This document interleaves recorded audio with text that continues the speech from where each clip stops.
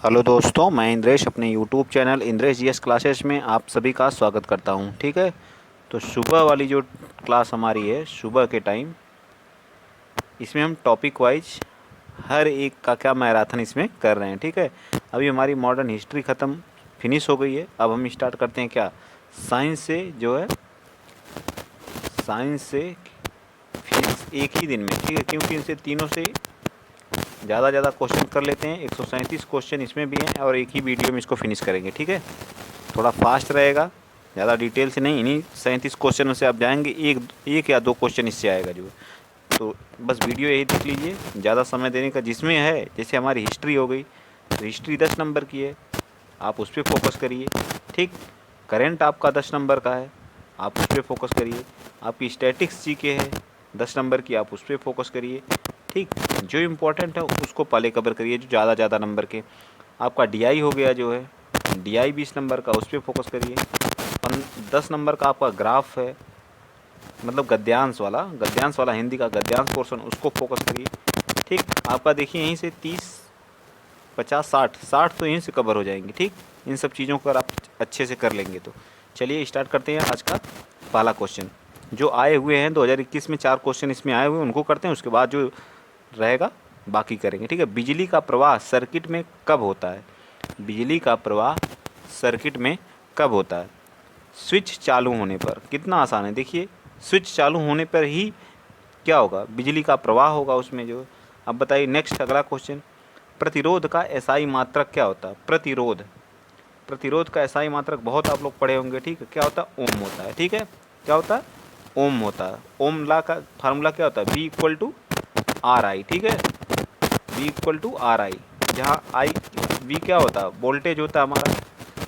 ठीक है, वोल्टेज होता है। आर क्या होता है? प्रतिरोध होता है। आई हमारी क्या होती है? एम्पियर, धारा होती है। ठीक है, बस कुछ नहीं था, एकदम आसान था। इसका कौन सा पोर्शन सही हो जाएगा? क्या होता है? ओम होता है। B part right answer. चलिए नेक्स्ट बताइए, नेक्स्ट बताइए आप लोग। क्वेश्चन नंबर 3, ठोस चालक में धारा वाहक होता है। बताइए, ठोस चालक में धारा वाहक क्या होता है? बताइए जल्दी। तो ठोस मुक्त इलेक्ट्रॉन होता है। क्या होते हैं हमारे? फ्री इलेक्ट्रॉन होते हैं। ठीक है, फ्री इलेक्ट्रॉन होते हैं। ठीक है, एक नाभिक में हमारे जो नाभिक होता है उसमें क्या पाए जाते हैं? तो इलेक्ट्रॉन पाया जाता है, सॉरी इलेक्ट्रॉन नहीं, न्यूट्रॉन प्लस क्या पाए जाते हैं? प्रोटॉन पाए जाते हैं। और उसके बाहरी वाली कक्षा में क्या पाए जाते हैं? तो इलेक्ट्रॉन पाए जाते हैं। ठीक है, याद रहेगा ना। इलेक्ट्रॉन पे क्या होता है? निगेटिव चार्ज होता है। ठीक है, और प्रोटॉन पे क्या होता है? पॉजिटिव चार्ज होता है।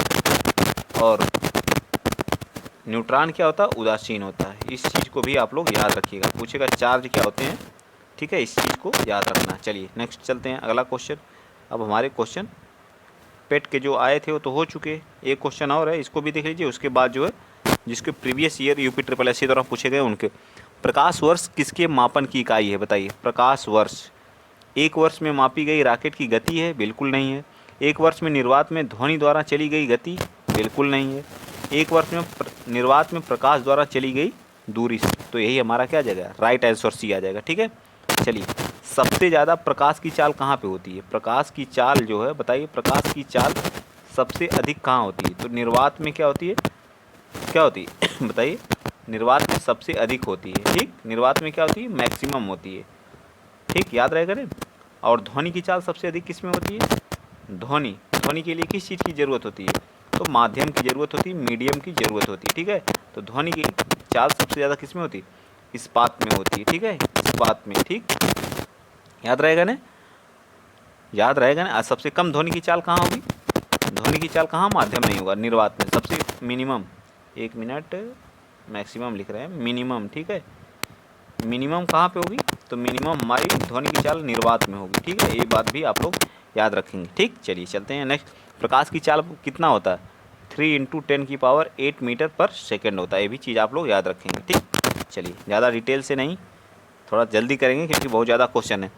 समान प्रवस्था में कंपायामान जो होता है, माध्यम के किन्हीं दो सबसे निकट कणों के बीच की दूरी को क्या कहते हैं? बताइए, किन्हीं दो निकट कणों के बीच की दूरी को क्या कहा जाता है? बताइए जल्दी। तो क्या कहा जाता है? तरंग दैर्घ्य होता है। ठीक है, एक पूरा करने पे यहाँ से यहाँ तक की दूरी जो होती है वो क्या कहलाती है? तो हमारी वेव लेंथ कहलाती है। इंग्लिश में क्या बोलते हैं इसको?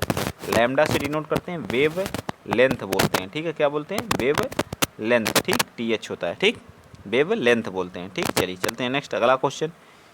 किसका तरंग दैर्घ्य सबसे अधिक होता है? बताइए, किसका तरंग दैर्घ्य सबसे अधिक होता है? क्वेश्चन नंबर 6 बताइए जल्दी। तो हमारा क्वेश्चन नंबर 6, नारंगी रंग का सबसे ज़्यादा होता है। V व ग योर वाई क्या होता है? विव ग योर वाई ओ आर। ठीक है, ये क्या होता है? नारंगी होता है हमारा। ठीक, सबसे ज़्यादा वेवलेंथ इसकी होती है नारंगी की। ठीक, वायलेट की, इंग्लिश में वायलेट। सबसे ज़्यादा इसकी क्या होती है? तरंग दैर्घ्य। और सबसे कम तरंग दैर्घ्य किसकी होती है? तो सबसे कम तरंग दैर्घ्य होती है, कम किसकी होती है? रेड की होती है। ठीक, याद रहेगा ना, विव गयोर। ठीक, ये शार्ट ट्रिक है, इसको याद कर लीजिएगा। चले चलिए चलते हैं नेक्स्ट क्वेश्चन, अगला क्वेश्चन। क्वेश्चन नंबर 7 बताइए, रेडियो तरंग का वेग कितना होता है? ये चीज़ें याद करने वाली है। ठीक है, रेडियो तरंग का वेग कितना होता है? क्वेश्चन नंबर 8, तो 1 इंटू सॉरी क्वेश्चन नंबर 7 है।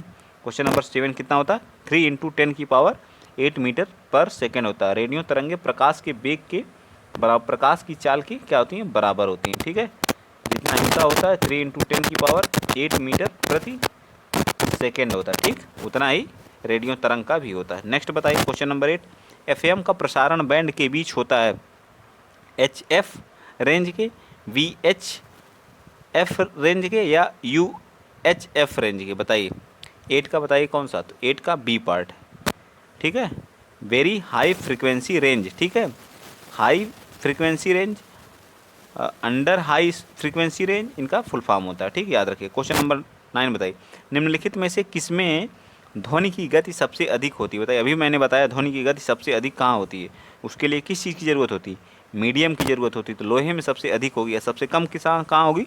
तो निर्वात में सबसे कम ध्वनि की चाल होगी। ठीक, चलिए चलते हैं नेक्स्ट क्वेश्चन। एक साथ 3-3 क्वेश्चन करेंगे तभी कवर होगा, 2-2 3-3। ठीक है, 10 क्वेश्चन नंबर 10 बताइए आप लोग, कितने, थोड़ा सा इधर कर लेता हूँ ताकि कटे न जो। ठीक, कितने माप से ध्वनि को शोर का नाम दिया जाता है? बताइए, बताइए ध्वनि को किस में मापा जाता है? तो डेसीबल में मापा जाता है। एक तो चीज़ ये आप लोग याद रखिएगा, ध्वनि को किस में मापा जाता है? डेसीबल में। ठीक है, बताइए 10 का क्या हो जाएगा? ए पार्ट। इससे अधिक ध्वनि रहेगी तो हमारी क्या कहलाएगी? शोर कहलाती है। ठीक, चलिए अगला बताइए, सापेक्षता का सिद्धांत, थियरी ऑफ द रिलेटिविटी, इनमें से किसके द्वारा प्रतिपादन किया गया था? सापेक्षता की तो किसके द्वारा? तो अल्बर्ट आइंस्टीन के द्वारा। ठीक है, अल्बर्ट आइंस्टीन के द्वारा जो थियरी ऑफ सापेक्षता का सिद्धांत दिया गया था। ठीक, चलिए आगे चलते हैं नेक्स्ट क्वेश्चन। क्वेश्चन नंबर 12 बताइए, अल्बर्ट आइंस्टीन जो थे, अल्बर्ट आइंस्टीन किसके लिए नोबेल पुरस्कार दिया गया था? फोटो इलेक्ट्रिक प्रभाव के नियम के लिए, चुंबकत्व नियम के लिए, सापेक्षता सिद्धांत के लिए, या गुरुत्वाकर्षण सिद्धांत के लिए? 12 का बताइए। तो ये किसके लिए? फोटो इलेक्ट्रिक प्रभाव के लिए दिया गया था। ठीक है, याद रहेगा ना, किसके लिए?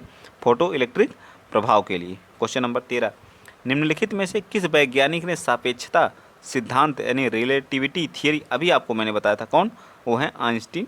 याद रखेंगे, 2-3 बार क्वेश्चन आ चुका, कौन है? अल्बर्ट आइंस्टीन जी। ठीक, पूछ सकता है रिलेटिविटी थियरी का सिद्धांत कौन दिया था? तो अल्बर्ट आइंस्टीन, याद रखिएगा।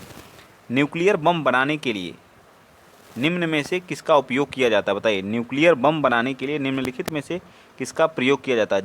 जिरकोनियम का, यूरेनियम का, वनेडियम का, या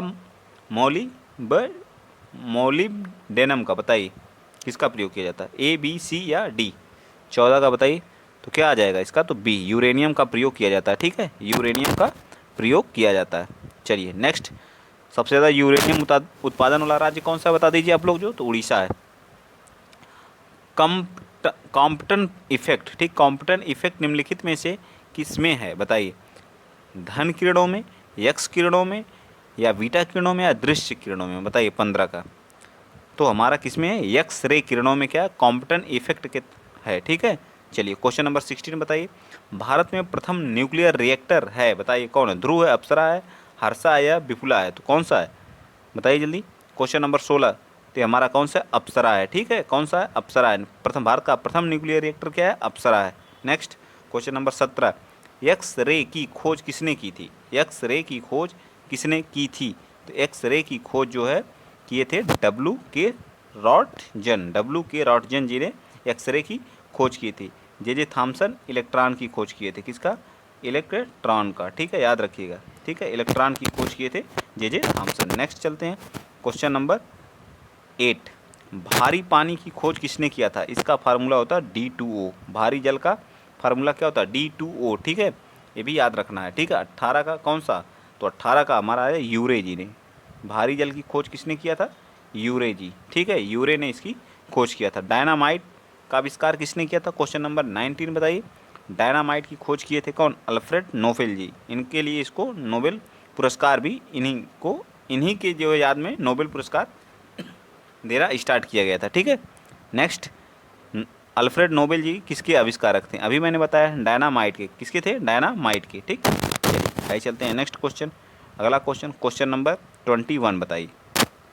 क्वेश्चन नंबर, डायनमो की खोज किसने की थी? बताइए, डायनमो की खोज किसने की थी? डायनमो की खोज किसने की थी? 21 का बताइए। तो डायनमो की खोज जो है माइकल फैराडे जी ने की थी। कौन किया था? माइकल फैराडे जी ने। नेक्स्ट बताइए। अब हमारी जितनी खोज हुई उससे क्वेश्चन आ गए। ट्रांसफार्मर की खोज किसने की थी?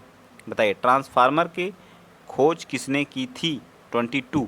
तो इसकी खोज जो है हमारे माइकल फैराडे जी ने ही की थी। माइकल फैराडे जी ही ने। डायनमो की खोज भी माइकल फैराडे और ट्रांसफार्मर की खोज भी फैराडे। चलिए क्वेश्चन नंबर 21 था ना? हाँ ठीक है, ठीक है। 23, किस वैज्ञानिक ने इलेक्ट्रोलिसिस के नियम दिए थे? बताइए, इलेक्ट्रोलिसिस के नियम किसने दिए थे? तो एम फैराडे। ठीक है, एम फैराडे। इलेक्ट्रोलिसिस का कौन दिया था? बताइए, 3 चीज़ें यहाँ। इलेक्ट्रोलिसिस का नियम फैराडे, ट्रांसफार्मर की खोज फैराडे, डायनमो की खोज एम फैराडे, माइकल फैराडे। चलिए नेक्स्ट अगला क्वेश्चन नंबर 24। हाइड्रोजन बम का आविष्कार किसने किया था? बताइए, हाइड्रोजन बम का आविष्कार Michael Faraday, Edward Jenner, Nikola Tesla या लुइस प्रिंस? बताइए 24 का। तो थे एडवर्ड टेलर। एडवर्ड टेलर किसके आविष्कारक थे? हाइड्रोजन बम के। ठीक है, हाइड्रोजन बम के। ठीक है, किस पे काम करता है हाइड्रोजन बम? तो नाभिकीय संलयन पर वर्क करता है। ठीक है, नाभिकीय संलयन पर, ये भी याद रखिएगा। ठीक है, अब परमाणु बम हमारा किस पे काम करता है? तो परमाणु बम जो है नाभिकीय विखंडन पर। ठीक है, नाभिकीय विखंडन पर वर्क कौन करता है? नाभिकीय विखंडन पर हमारा कौन काम करता है? तो परमाणु बम करता है। ठीक है, परमाणु बम। चलिए याद रखिएगा। चलिए नेक्स्ट चलते हैं।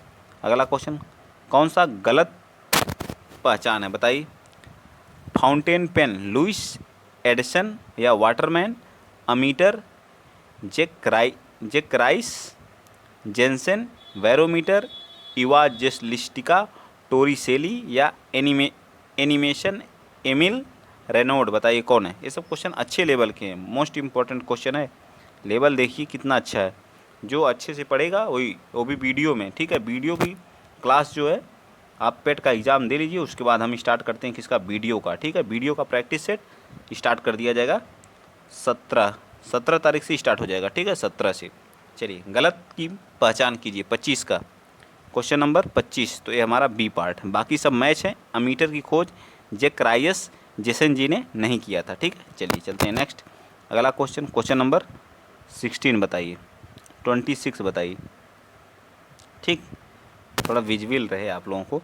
सही का मिलान कीजिए। माइक्रोवेव ओवन पर्सी स्पेंसर हैं, ट्रांसफार्मर पियरे वर्नियर हैं, बैटरी विलियम स्टेनली है, वर्नियर कैपिलर एलेसेंड्रो वोल्टा? बताइए कौन है? कौन सा हमारा सही सुमेलित है 26 का? तो हमारे कौन है? माइक्रोवेव ओवन पर्सी स्पेंसर जी, यही हमारा क्या है? सही सुमेलित है। ठीक, चलिए नेक्स्ट बताइए। 27 बता दीजिए यहीं पे।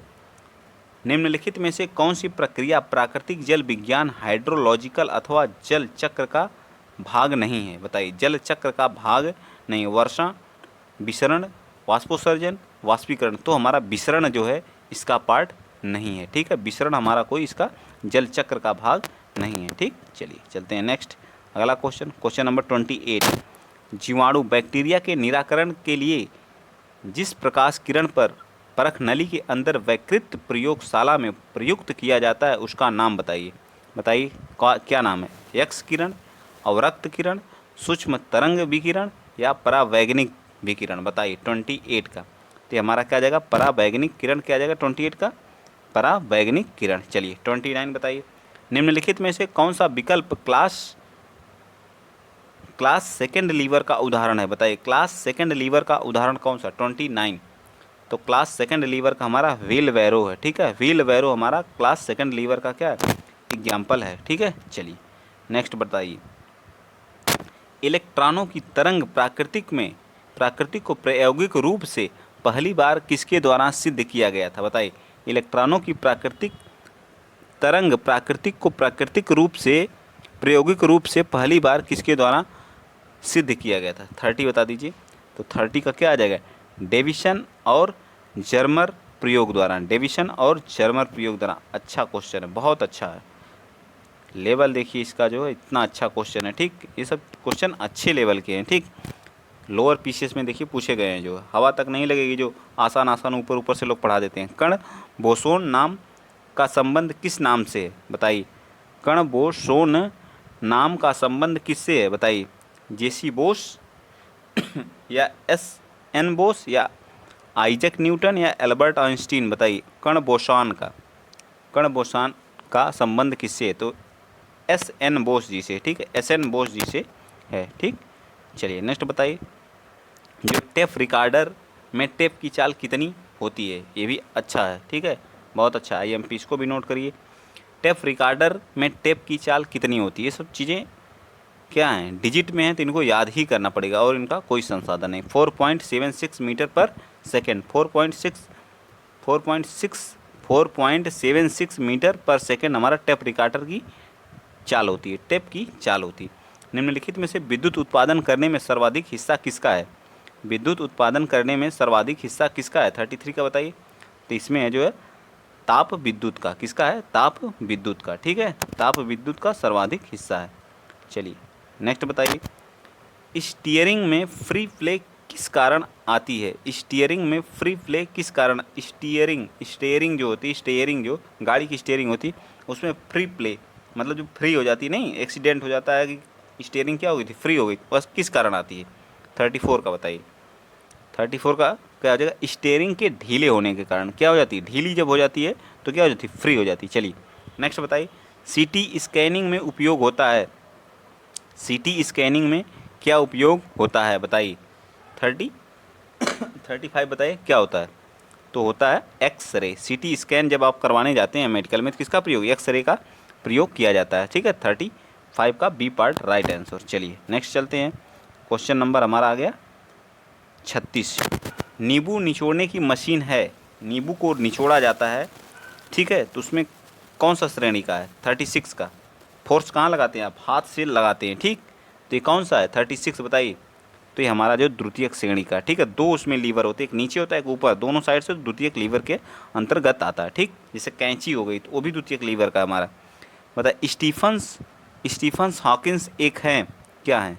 स्टीफन्स हॉकिंस वैज्ञानिक हैं, गिटार वादक हैं, पियानो वादक हैं, अमेरिकी राजनेता हैं। स्टीफन्स हॉकिंस बताइए 37 का।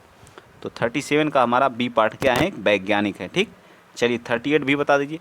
स्ट्रेस की इकाई क्या होती है? स्ट्रेस की इकाई क्या होती है? बताइए जल्दी।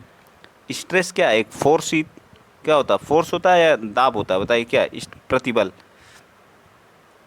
स्ट्रेस 38, तो 38 का हमारा आ जाएगा बी पार्ट। क्या होती है? पास्कल होती है। क्या होती है? पास्कल होती है, ठीक है। चलिए नेक्स्ट चलते हैं, अगला क्वेश्चन 39।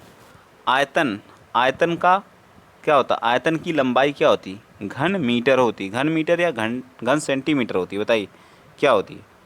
39 का एसआई मात्रक पूछा है, ये भी याद रखना है। तो 39 का क्या आ जाएगा? घन मीटर होती है। क्या होती है? घन मीटर होती है, ठीक। चलिए नेक्स्ट बताइए, ऊर्जा का एसआई मात्रक क्या होता है?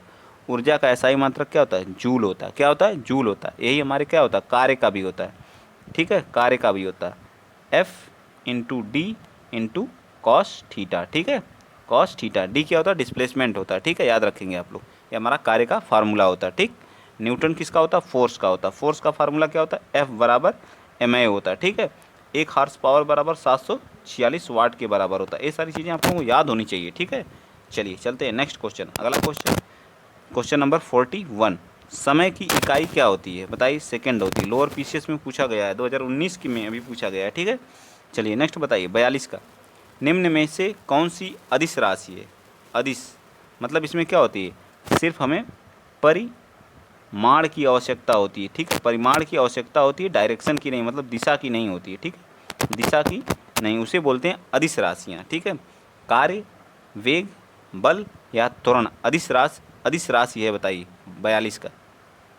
तो हमारा क्या है, क्या है? ए पार्ट है। इसमें सिर्फ क्या होती है? परिमाण की आवश्यकता होती है, बल की डायरेक्शन की आवश्यकता नहीं होती। बाकी बल हो गया, ठीक है, त्वरण हो गया, वेग हो गया, ये सब हमारे किस क्या होते हैं? ये सब सदिश राशि है। इसमें परिमाण के साथ साथ दिशा भी होना अनिवार्य होता है। चलिए नेक्स्ट चलते हैं, अगला क्वेश्चन, क्वेश्चन नंबर 43, चुंबकीय प्रेरण का एसआई मात्रक क्या है? चुंबकीय प्रेरण का एसआई मात्रक क्या है? 43। तो ये हमारा क्या होता है? टेस्ला होता है। क्या होता है? टेस्ला होता है, ठीक है। चलिए ज्योति तीव्रता का मात्रक क्या होता है? कैंडेला होता है, ठीक। नेक्स्ट बताइए क्वेश्चन नंबर 44, किसी संगीत यंत्र की ध्वनि तीव्रता मापी जाती है, किस में मापी है? हेनरी में, डेसिबल में, महो में या लक्स में? संगीत यंत्र की ध्वनि की तीव्रता बहुत इंपॉर्टेंट है, इसको भी नोट कर लीजिएगा। बहुत लोगों को एक क्वेश्चन का आंसर पता ही नहीं होगा, ठीक है। बताइए 44 का क्या होता है? डेसिबल में मापी जाती है, किस में? डेसिबल में। चलिए आवृत्ति मापने की इकाई का नाम बताइए, किस में नापी जाती है? तो हर्ट्स में हमारी क्या मापी जाती है? आवृत्ति मापी जाती है, ठीक है। सबसे ज़्यादा फ्रीक्वेंसी किसकी होती है? बताइए। चलिए नेक्स्ट बताइए, आप लोग बताइए फ्रीक्वेंसी सबसे ज़्यादा किसकी होती है? आप लोग बताएंगे। पराध्वनि गति का मापकन किस इकाई में किया जाता है? बताइए। मैग में करते हैं, नॉट में करते हैं, रिएक्टर में करते हैं, हर्ट्स में करते हैं? पराध्वनि का 46 का बताइए जल्दी। तो 46 का हमारा क्या आ जाएगा? पराध्वनि का जो है मैक नंबर होता है, उसमें करते हैं, ठीक है। चलिए न्यूटन किसका इकाई है? ये तो हमारा बल का होता है, तो सबको पता है, ठीक है। वायुमंडलीय दाब किस में मापा जाता है? बताइए। बैरोमीटर में मापा जाता है, ठीक है। बिजली यूनिट में चाल क्या होती है? मीटर पर सेकेंड होती है। चलिए नेक्स्ट बताइए, बार किसकी इकाई है? तो ये हमारा किसका? वायुमंडलीय दाब का है, ठीक है। वायुमंडलीय दाब का है, ठीक है। इसका क्या होता है? बार होता है, याद रखिएगा, ठीक। चलिए नेक्स्ट चलते हैं, अगला क्वेश्चन, क्वेश्चन नंबर 49। थोड़ा सा ब्लर है, एडजस्ट कर लीजिएगा, एक दो क्वेश्चन होंगे, बाकी सही सब। कार्य तथा ऊर्जा की इकाई क्या है? कार्य तथा ऊर्जा की इकाई क्या होती है? जूल होती है। क्या होती है? जूल होती है। इसमें ज़्यादा समय नहीं लिया जाएगा, जो आसान है। गतिशील श्यानता का एसआई इकाई बताइए 50 का। तो ये हमारी क्या होती है? पास्कल सेकंड होती है, ठीक है। पास्कल सेकंड होती है। चलिए 51 भी बताइए, निम्नलिखित में से कौन सी राशि का मात्रक जूल नहीं है? यांत्रिक ऊर्जा का जी होता है जूल, जो है। कार्य का होता है जूल, ठीक है। और इसका क्या होता है? कार्य का भी जूल होता है। ऊष्मा का क्या होता है? जूल होता है। और सामर्थ्य का क्या होता है? सामर्थ्य का नहीं होता है, ठीक है। 51 का क्या आ जाएगा? डी पार्ट हमारा क्या हो जाएगा? राइट आंसर आ जाएगा।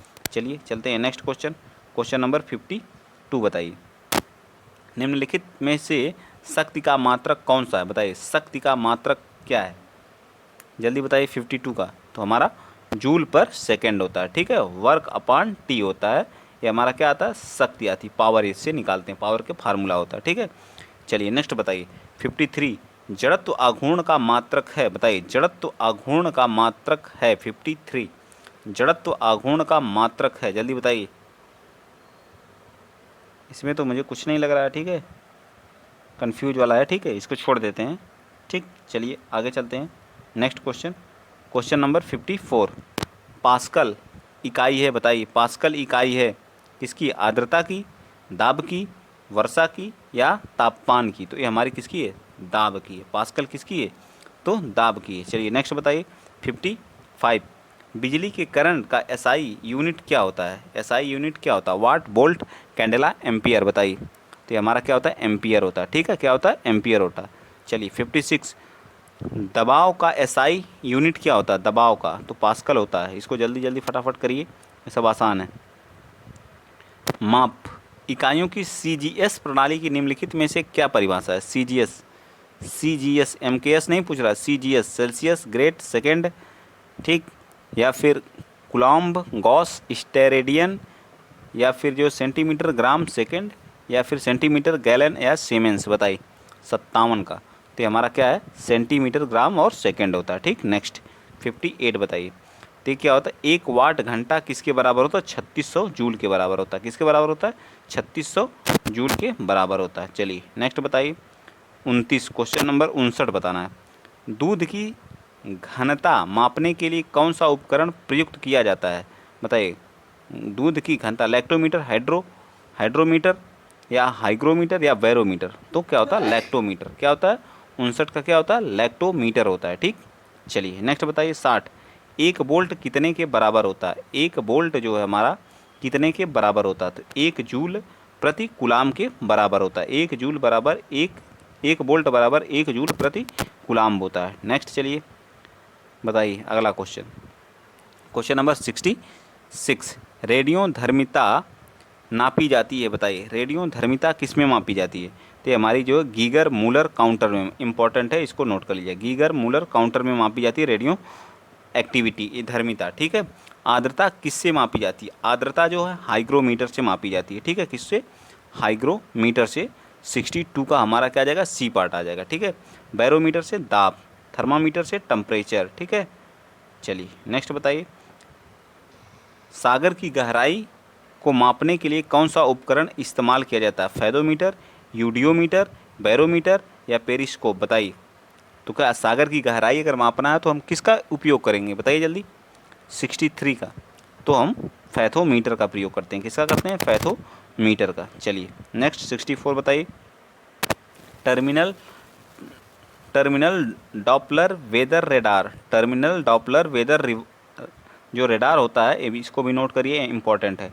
ठीक है, यह किस लिए प्रयोग किया जाता है, बताइए। 64 का, किस लिए, तो यह खराब मौसम में हवाई जहाज़ को उतारने के लिए प्रयोग किया जाता है, टर्मिनल डॉपलर वेदर रेडार का। ठीक है, 65, निम्नलिखित में से किस यंत्र का उपयोग अवशोषित या विकसित उष्मा हीट को मापने के लिए किया जाता है, अवशोषित या विकसित उष्मा को मापने के लिए किया जाता है, तो हम कैलोरी मीटर का प्रयोग करते हैं। क्या, कैलोरीमीटर, दोनों में दिया है तो एक को कैंसिल कर दीजिए। ठीक है, एक हमारा क्या हो जाएगा, कैंसिल हो जाएगा। चलिए नेक्स्ट बताइए, लोअर पीसीएस में पूछा हुआ क्वेश्चन है 66, बताइए।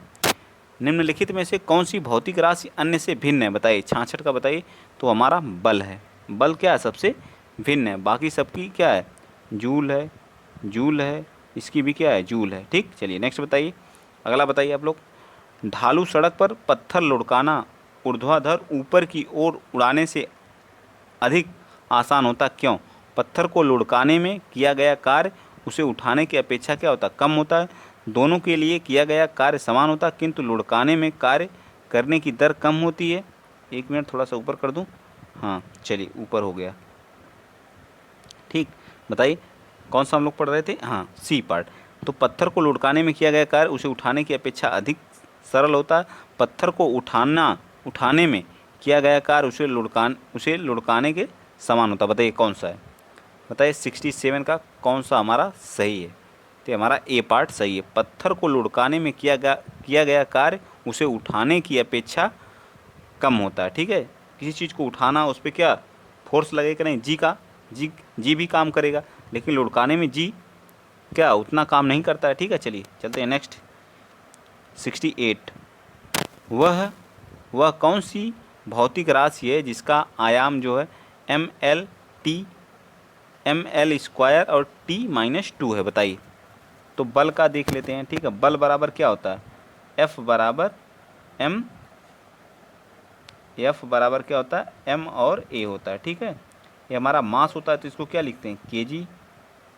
ये हमारा त्वरण होता है तो इसको मीटर पर सेकेंड स्क्वायर लिखते हैं। ठीक, मीटर पर सेकेंड स्क्वायर लिखते हैं। तो इसका क्या हो जाएगा, m हो जाएगा, इसका क्या हो जाएगा, l हो जाएगा, इसका क्या हो जाएगा, t-2 होता है। ये तो फोर्स का होता है। ठीक है, हमें क्या पूछा है, क्या पूछा हमसे, एक और हमारे साथ क्या रहना चाहिए, l² इसके साथ मल्टीप्लाई हो, तो कौन सा रहेगा, बताइए। फोर्स के साथ क्या होता है, डिस्प्लेसमेंट मल्टीप्लाई कर दिया जाए तो किया गया कार्य का निकल के आ जाएगा। ठीक है, किसका, ये हमारा ए पार्ट हमारा 68 का क्या हो जाएगा, राइट आंसर हो जाएगा। चलिए नेक्स्ट बताइए 69 का, माचिस की डिब्बी की सतह से जब माचिस की तीली टकराती है तो ऊर्जा का कौन सा रूप एक चमकीला लौह में प्रज्वलित होने का कारण बनता है, बताइए कौन सा। 69 का। तो ये हमारा क्या होता है सी, रासायनिक ऊर्जा क्या होती है, रासायनिक ऊर्जा काम करती है। ठीक है, चलिए नेक्स्ट बताइए 70 का।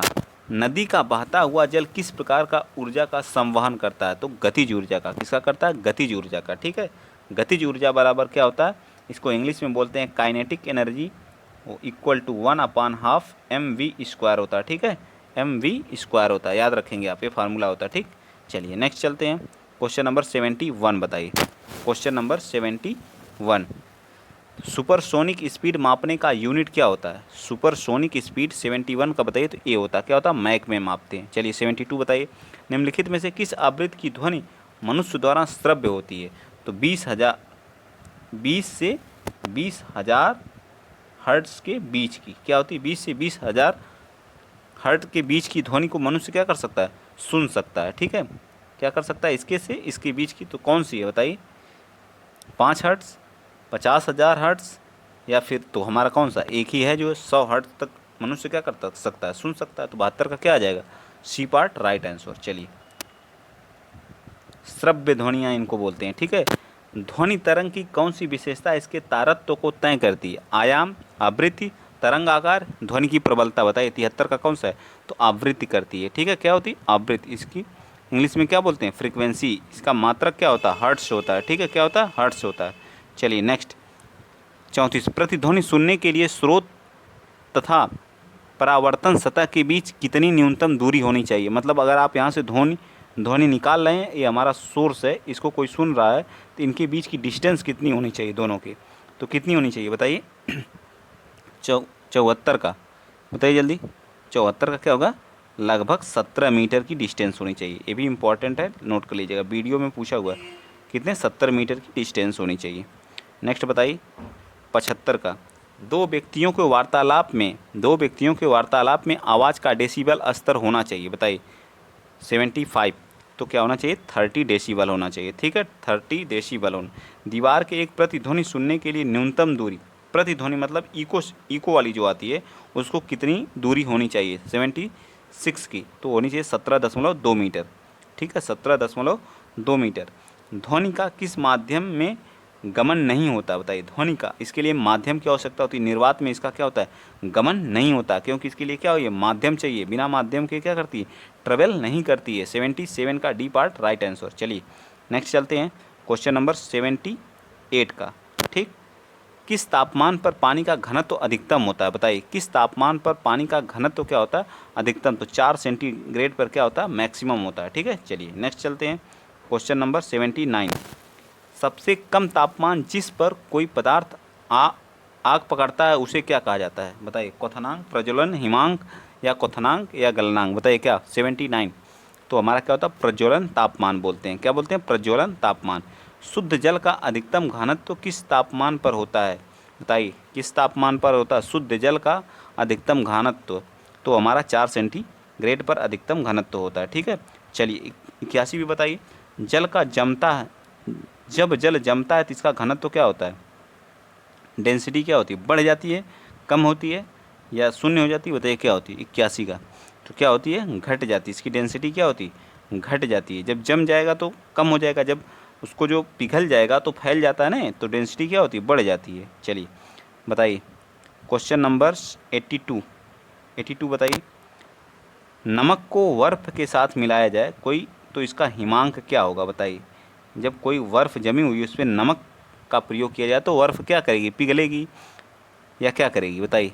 82, अशुद्धियाँ मिलाने पर क्या होता है?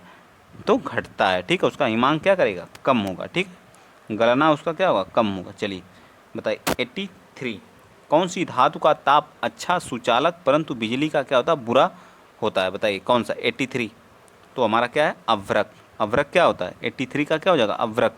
ठीक है, विद्युत का अच्छा सुचालक किंतु ताप का अच्छा सुचालक, किंतु बिजली का क्या होता है? कुचालक होता है। ठीक है, क्या होता है? कुचालक। जो हमारे ट्रांसफार्मर बनते हैं किसके बनते हैं? अभ्रक के ही तो होते हैं। 84 का बताइए। दो कांच के गिलास एक दूसरे से एक के अंदर दूसरा चिपक जाता है तो उन्हें कैसे अलग किया जाता है बताइए? अंदरूनी गिलास को गर्म पानी लगाकर, गिलासों को शीतल जल डालकर, बाहरी गिलास को गर्म करके, या जारों से पीट कर बताइए? ये तो बिल्कुल नहीं पीट कर, 84 का, ठीक है। तो क्या हो जाएगा, बाहरी गिलास को क्या क्या गर्म पानी में डालकर, बाहरी गिलास को जब गर्म पानी में डालेंगे तो अंदर वाली गिलास क्या हो जाएगी, निकल जाएगी, ठीक है। 84 का। चलिए नेक्स्ट बताइए 85। बर्फ़ की गुप्त ऊष्मा क्या होती है, आईएमपी, इसको नोट कर लीजिएगा, आईएमपी है, ठीक। जिसको आईएमपी बोला जा रहा है उसको नोट कर। बर्फ़ की गुप्त ऊष्मा क्या होती है, 80 कैलोरी पर ग्राम होती है, 80 कैलोरी पर ग्राम, याद रहेगा ना, 80 कैलोरी पर ग्राम होती है। फ़ारेनहाइट स्केल में पानी का क्वथनांक क्या होता है, फ़ारेनहाइट, तो फ़ारेनहाइट कहाँ से कहाँ, तो 32 से स्टार्ट होता है, कितना 80 तक, 80 तक होता, 212, सॉरी 212 होता, ठीक है, 212 होता, ठीक।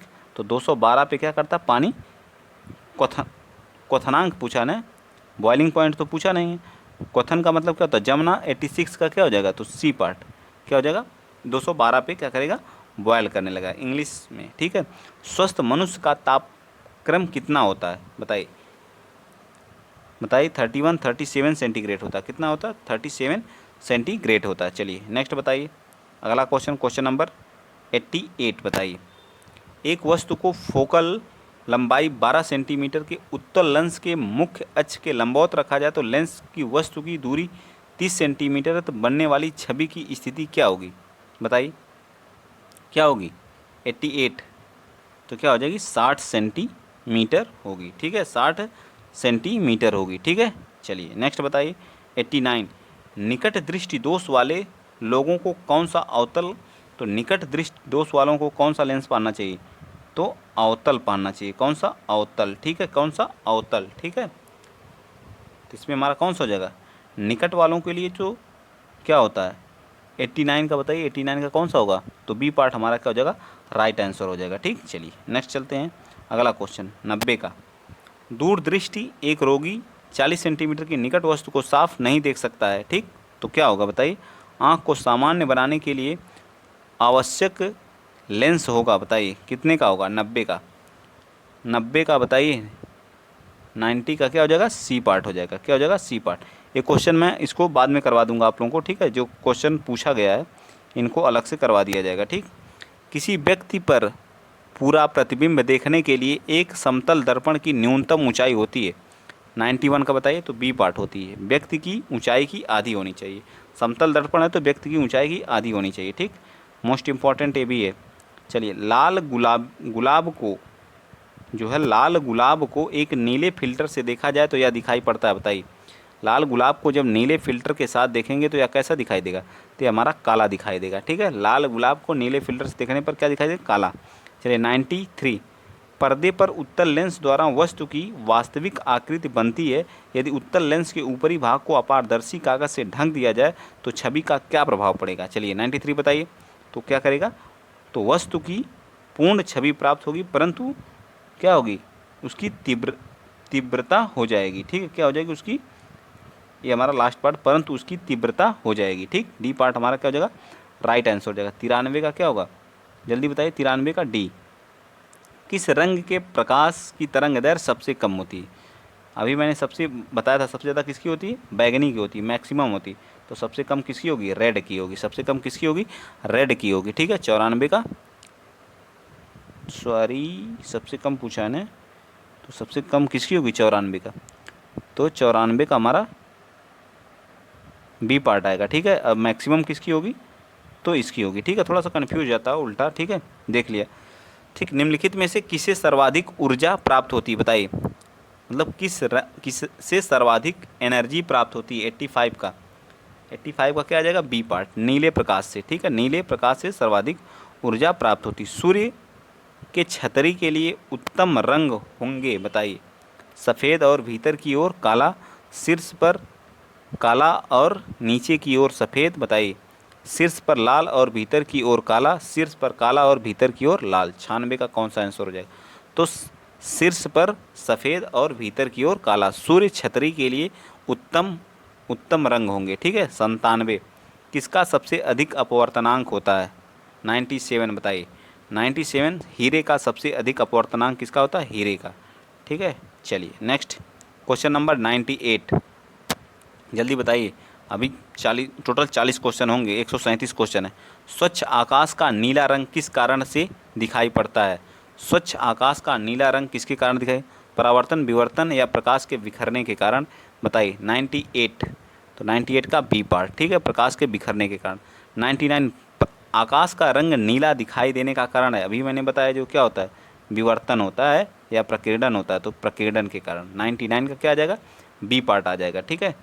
बिखरना या प्रकीर्णन का दोनों का एक ही मतलब होता है। चलिए 100 बताइए, शतक पूरा होने वाला है, जल्दी बताइए आप लोग फटाफट। हम लोग कंप्लीट कर लिए हैं 100 क्वेश्चन। निम्नलिखित में से प्रकाश का कौन सा रंग शून्य या वायु के अतिरिक्त एक माध्यम में सबसे तेज गमन करती है, बताइए किसमें, किसमें सबसे तेज गमन करती है, तो ए पार्ट, लाल में। देखिए समय नहीं है इसलिए मैं 137 क्वेश्चन लाया हूँ, ठीक है, ज़्यादा डिटेल से बताने के लिए सोच रहा हूँ। आप लोग एक बार एक नज़र से देख लीजिए, एक क्वेश्चन आए हुए हैं, इन्हीं में से शायद एक क्वेश्चन फंस जाए जो, क्योंकि एक क्वेश्चन इससे आएगा जो है, ठीक है, तो इसलिए एक वीडियो में देखिए पूरा फिनिश हो जाए जो है, ठीक। तीनों साइंस की एक एक क्लास होगी, लंबी लंबी क्लास होगी, चाहे 1 घंटे लगे चाहे 2 घंटे। मोटर गाड़ियों में साइड की वस्तु को देखने के लिए कौन सा दर्पण प्रयोग किया जाता है, तो उत्तल दर्पण का प्रयोग किया जाता है। उत्तल दर्पण क्या होता है, बड़े प्रतिबिंब को छोटा करके दिखाता है, ठीक है। साइड मिरर जो होता है उसमें यूज किया जाता है उत्तल दर्पण का। चलिए 102 बताइए, 102 बताइए जल्दी। समुद्र जल के नीला रंग होने का क्या कारण है, समुद्र जल के नीला रंग होने का क्या कारण, पानी द्वारा रोशनी का क्या होता है, छितराव होता है, मतलब बिखेरता है, ठीक है।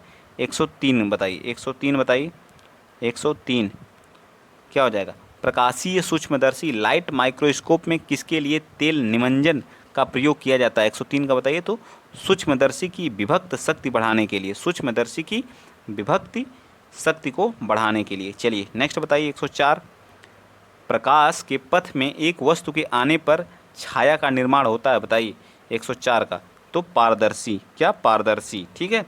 105 प्राथमिक रंग कौन कौन से हैं, तो क्या होता है, एक मैं ट्रिक बनाया हूँ अपनी खुद की जो है, ठीक है, तो क्या होता है इसका बताइए, रेड, ठीक, ग्रीन, ब्लू, ऐसे नहीं बनाया था, RBG, RBG करके मैं याद कर, RBG, RBG, RBG मतलब रेड ब्लू और ग्रीन, रेड ब्लू और ग्रीन, ठीक है। तो डी पार्ट हमारा क्या हो जाएगा, राइट हो जाएगा। लोअर पीसीएस में देखिए पूछा है, इसको हल्के में नहीं लेना है। इसमें बताइए मुख्य रंग, वही मुख्य यानी कि प्राथमिक रंग कौन कौन से, RBG, RBG लास्ट वाला, ठीक है, RBG हमारा क्या है, डी पार्ट। चलिए नेक्स्ट बताइए, डायनमो क्या करता है, डायनमो कौन सी ऊर्जा को किस में कन्वर्ट करता है, 107, डायनमो जो होता है यांत्रिक ऊर्जा को वैद्युत ऊर्जा में क्या करता है। जो गाँव में शादी उदियों में आप लोग देखते होंगे जो जनरेटर लगता है उसमें एक डायनमो लगा रहता है, ठीक है, वो क्या करता है, उसमें मैकेनिकल एनर्जी, मैकेनिकल एनर्जी जो इंग्लिश वाले हैं वो देख लें, इन्हें यांत्रिक ऊर्जा बोलते हैं। मैकेनिकल एनर्जी को क्या करता है, इलेक्ट्रिकल एनर्जी में, तभी तो उजाला होता है, वर्क करता है, ठीक है, तो हमें क्या मिलती है, उजाला मिलता है, इलेक्ट्रिसिटी मिलती है। चलिए 108 बताइए, 108 बताइए, विद्युत बल्ब के फिलामेंट को बनाने के लिए सबसे अधिक उपयोग की जाने वाली सामग्री क्या है, फिलामेंट बनाने के लिए किसका सबसे ज़्यादा, तो टंगस्टन का, ठीक है, किसका, टंगस्टन का। चलिए नेक्स्ट बताइए, विद्युत प्रतिरोध को मापने के लिए निम्नलिखित में से किस उपकरण का इस्तेमाल किया जाता है, 109 बताइए, 109 तो क्या होता है, ओम मीटर का, ठीक है, विद्युत प्रतिरोध को मापने के लिए ओम मीटर का प्रयोग किया जाता है। चलिए 110 बताइए, वैद्युत बल्ब को मापने के लिए, विद्युत वाहक बल को मापने के लिए किस उपकरण का इस्तेमाल किया जाता है, 110 बताइए, तो कौन सा है, सी पार्ट है, पोटेंशियोमीटर का प्रयोग किया जाता है, ठीक है, किसका, पोटेंशियोमीटर का प्रयोग किया जाता है। चलिए 17 क्वेश्चन और बचे हैं, फटाफट बता दीजिए इसको भी। हमारी क्या हो जाएगी, फिजिक्स की क्लास खत्म हो जाएगी, बचेगी हमारी साइंस में किस चीज़ की, बायो की बचेगी, तो उसकी भी एक क्लास 200 क्वेश्चन या 100 क्वेश्चन जो भी होंगे उसको भी करा दिया जाएगा। AC को DC में प्रत्यावर्ती धारा को दिष्ट धारा में परिवर्तित करने के लिए निम्नलिखित में से किस उपकरण का प्रयोग किया जाता है, इंपॉर्टेंट है, रेक्टिफायर, रेक्टिफायर किसका प्रयोग किया जाता है, 111 का क्या आ जाएगा, रेक्टिफायर्स का, किसका, रेक्टिफायर्स का प्रयोग किया जाता है। चलिए 112, 112 का बताइए, 112 यदि समय t किसी चालक के किसी भी अनुप्रस्थ काट में शुद्ध आवेश नेट चार्ज q प्रवाहित होता तो अनुप्रस्थ काट में प्रवाहित धारा की माप धारा होगी, बताइए 112 बता दीजिए क्या होगा। इसका फार्मूला होता है हमारा क्या होता है, बी नहीं, सी पार्ट राइट होता है, I=Q/T होता है, ठीक है, याद रखिएगा। एक क्वेश्चन कभी कभी पूछ लेता है इस पर क्वेश्चन, आवेश दे देता, समय देता, धारा पूछ लेता है। 12 वोल्ट के विभवांतर में दो बिंदुओं के बीच 5 कूलाम के आवेश को हस्तांतरित की जाने वाले कार्य का मान बताइए, बताइए तो क्या होता है, W क्यू वी होता है मेरे ख्याल से, शायद क्यू वी होता है, कुछ और होता है, जल्दी बताइए। तो क्यू वी ही होता है, ठीक है। तो ये क्या हो जाएगा 12 इंटू 5, तो 12 5 क्या हो जाता है 60 हो जाता है, ठीक है। वी इक्वल टू हमारा होता है वर्क अपान चार्ज, कुलाम, कुलाम इसको बोलते हैं, ठीक है। ये हमारा क्या होता है फार्मूला होता है। तो क्या हो जाएगा 113 का, 113 का हमारा सी पार्ट राइट आंसर हो जाएगा, याद रखिएगा, ठीक है। चलिए क्वेश्चन नंबर 114 बताइए। निम्नलिखित में से कौन सा उपकरण विद्युत ऊर्जा को यांत्रिक ऊर्जा में परिवर्तित करता है? 114 का बताइए। 114 का ए पार्ट इलेक्ट्रिक मोटर होता है, क्या होता है इलेक्ट्रिक मोटर होता है। चलिए 115 बताइए। ट्रांसफार्मर किस सिद्धांत पर कार्य करता है? स्वप्रेरण, विद्युत चुंबकीय प्रेरण, लॉरेंज या पारस्परिक प्रेरण? बताइए 115 का। तो 115 का हमारा सी विद्युत चुंबकीय प्रेरण पर क्या करता है काम करता है। चलिए 116 बताइए। फ्यूज एक विद्युत परिपथ है, फ्यूज एक विद्युत परिपथ है, इलेक्ट्रिक सर्किट की सुरक्षा निम्नलिखित में से किसका करता है? फ्यूज एक क्या है 116 का बताइए। तो ये हमारा क्या अतिभारण है, क्या है अतिभारण है, इंपॉर्टेंट है, इसको भी नोट करिएगा, ठीक, इंपॉर्टेंट है। 117 सर्किट में विद्युत की उपस्थिति का पता लगाने के लिए निम्नलिखित में से किस उपकरण का उपयोग किया जाता है? सर्किट में विद्युत की उपस्थिति का पता लगाने के लिए निम्नलिखित में से किस उपकरण का प्रयोग किया जाता है? तो किसका, गैल्वेनोमीटर का प्रयोग किसका किया जाता है? गैल्वेनोमीटर का प्रयोग किया जाता है, ठीक है। चलिए नेक्स्ट बताइए। निम्न में से कौन सी युक्ति विभिन्न उपकरणों को श्रेणी क्रम में जोड़ने का काम करती है? संयोजक तार, स्विच तार, रेगुलेटर? बताइए 118 का। तो 118 का हमारा बी पार्ट संयोजक तार क्या करता है? रेगुलेटर को जोड़ने का क्या करता है? उपकरणों को श्रेणी क्रम में जोड़ने का काम करता है। श्रेणी क्रम क्या होता है? R1 plus R2 and so on, ठीक है, RN तक जोड़ सकते हैं। अब समांतर क्रम क्या होता है? 1/R equal to 1/R1 plus 1/R2 dot dot 1/RN, ठीक है, यहाँ तक होता है, ठीक। ये फार्मूला होता है हमें जोड़ने का, ठीक। बिजली के बल्ब का फिलामेंट बना होता है किसका? टंगस्टन का। कितनी बार बताया जाए, एक क्वेश्चन एक बार और आया था, ठीक। चलिए नेक्स्ट बताइए 120 का। 120 का बताइए। चालक के माध्यम से विद्युत प्रवाहित एक धारा होती है, बताइए 120 का। तो 120 का क्या आ जाएगा? विभवांतर के प्रत्यक्ष अनुपातिक होती है, विभवांतर के प्रत्यक्ष अनुपातिक होती है। चलिए नेक्स्ट क्वेश्चन नंबर 121। आवेशित की गई एक वस्तु द्वारा किसी अन्य आवेशित की गई वस्तु अथवा आवेशित न की गई वस्तु पर लगाए गए बल को क्या कहा जाता है? 121 का। तो उसे क्या कहा जाता है? वैद्युत स्थैतिक बल कहा जाता है, ठीक है, वैद्युत स्थैतिक बल कहा जाता है। नेक्स्ट बताइए। प्रत्यावर्ती धारा AC को एक दिश मतलब DC में कन्वर्ट करने के लिए किसका, अभी हम लोग पढ़े हैं, दिष्ट धारा रेक्टिफायर का प्रयोग किया जाता है। किसका किया जाता है? एक मिनट, स्टेपलाइजर होगा, स्थरक स्टेपलाइजर, घर में लगे ना सबके स्टेपलाइजर, उसको बोलते हैं। AC को एक दिश धारा मतलब DC में कन्वर्ट करने के लिए किसका प्रयोग किया जाता है? तो 122 का सी। मैं अभी कंफ्यूज हो जाता हूँ, तो इसका सी ही होगा, अभी हम लोग ऊपर पढ़े हैं ना।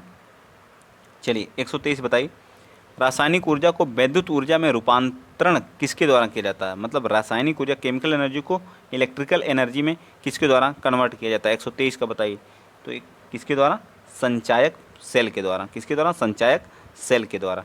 124 का बताइए, इसको भी नोट करिएगा, इंपॉर्टेंट है संचायक सेल वाला, ठीक। यांत्रिक ऊर्जा को वैद्युत ऊर्जा में कन्वर्ट करने का काम कौन करता है? अभी आगे बताया था कौन? डायनमो करता है। कौन करता है? डायनमो करता है। 124 का क्या आ जाएगा बताइए? 124 का ए पार्ट, ठीक है। नेक्स्ट चलिए। इनमें से कौन विद्युत का सर्वोत्तम चालक है? बताइए विद्युत का सर्वोत्तम चालक है। समुद्री जल, साधारण नमक, उबलता हुआ जल या आश्वित जल? बताइए 125 का। तो क्या हो जाएगा? समुद्री जल क्या होता है? सर्वोत्तम चालक होता है किसका? विद्युत का। 126 किसी बस की चाल बढ़ने पर ही रोशनी का बढ़ना या किसी स्थिति को दर्शाता है? क्या? कमज़ोर बैटरी, कमज़ोर सर्किट, टायर में हवा का कम, ये कौन सा नियम है? ये भी नहीं है, ठीक है। तो ये दो बचे, बताइए 126 का क्या हो जाएगा? 126 का ए पार्ट कमज़ोर बैटरी का। चलिए नेक्स्ट बताइए 127। प्रकाश वोल्टेज सेल होता है, बताइए 127। तो क्या होता है? ये सौर सेल होता है। क्या होता है? सौर सेल होता है। 128 एक निष्क्रिय दो टर्मिनल का विद्युत घटक जो सर्किट परिपथ तत्व के रूप में विद्युत प्रतिरोध लागू करता है। तो 128 का क्या आ जाएगा? तो ए पार्ट हमारा प्रतिरोध, क्या आ जाएगा? प्रतिरोध आ जाएगा, ठीक। चलिए नेक्स्ट बताइए। 10 क्वेश्चन और हैं लगभग। 129 बताइए। एक साधारण उपकरण जिसका उपयोग इलेक्ट्रिक सर्किट को वियोजित करने या इसे पूरा करने के लिए किया जाता है, उसका नाम बताइए। 129 का तो क्या हमारा स्विच है। क्या है? स्विच है। ठीक है, स्विच याद रखिएगा। चलिए नेक्स्ट, पावर स्ट्रिप क्या है? पावर स्ट्रिप क्या होती है बताइए। पावर स्ट्रिप 130, पावर स्ट्रिप एक विद्युत उपकरण है जिसका उपयोग आउटलेट की क्षमता को विस्तारित करने के लिए किया जाता है, जो उपकरणों को क्या करता है? समायोजित करता है। ये पार्ट हमारा क्या है?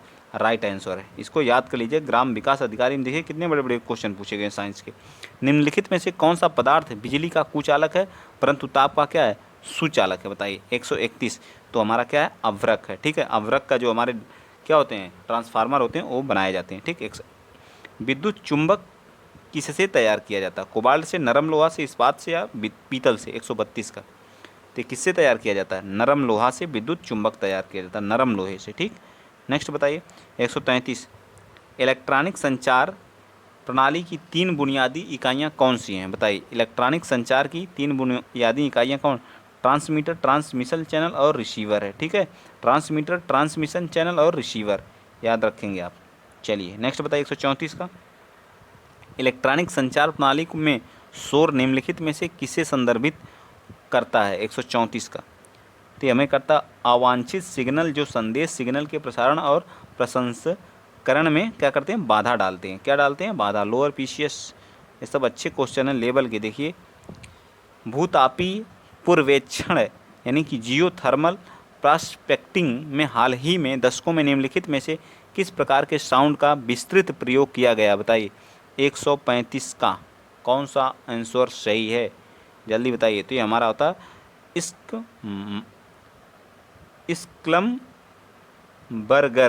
स्क्लमबर्गर साउंडिंग का प्रयोग किया गया है। ठीक है, नेक्स्ट चलिए होम्योपैथी में पूछा है 1980 का। 136 का बताइए जल्दी। 136 और लास्ट होगा हमारा 137वां तो क्या हो जाएगा? 1980 में अंतिम वर्ष में भूतापी अन्वेषण में प्रयुक्त विकसित तथा संशोधित प्रतिरोध उपयोग को हाल ही में निम्नलिखित में से किस विकल्प में शामिल किया गया है? तो किस में किया गया है? TEM साउंडिंग में। TEM साउंडिंग में उपयोग में शामिल किया गया है। आज का लास्ट क्वेश्चन बता दीजिए आप लोग। एक गतिशील बस में अचानक ब्रेक लगने से सवारी आगे की ओर झुक जाती है, या कौन सा नियम है? संवेग का तृतीय नियम है, न्यूटन का द्वितीय या प्रथम बताइए। 137 का कौन सा है? तो हमारा जो है ए पार्ट क्या है? राइट, जड़त्व का भी इसको बोलते हैं। ठीक, अगर आप लोगों को वीडियो अच्छा लगा है तो प्लीज़ वीडियो को ज़्यादा से ज़्यादा शेयर करिए। ये हमारी मैराथन क्लास थी किस चीज़ की? फिजिक्स की। ठीक है, फिजिक्स की। और आज हमारी एक फिनिश हो गई और अब हमारी सिर्फ साइंस में बची है बायो। तो बायो की भी एक ही क्लास में हम लोग फिनिश कर लेंगे। बचेगी हम लोगों की इकोनॉमिक्स की एक दिन फिनिश कर लेंगे। फिर हम लोग रिवीजन, इन्हीं क्लासों का क्या करेंगे? रिवीजन करेंगे और विथ फास्टली जो है। ठीक है, और करंट अफेयर का रिवीजन कर लिया जाएगा। 10 तारीख तक 500 की सीरीज हमारी फिनिश हो जाएगी। फिर उन्हीं क्वेश्चनों का क्या करेंगे? रिवीजन करेंगे। चलिए आज के लिए इतना ही। अगर वीडियो अच्छा लगा, कुछ नया पढ़ने की ज़रूरत ही नहीं है, जो पढ़े हैं उसी का रिवीजन करिए। आज के लिए इतना ही। जय हिंद, जय भारत।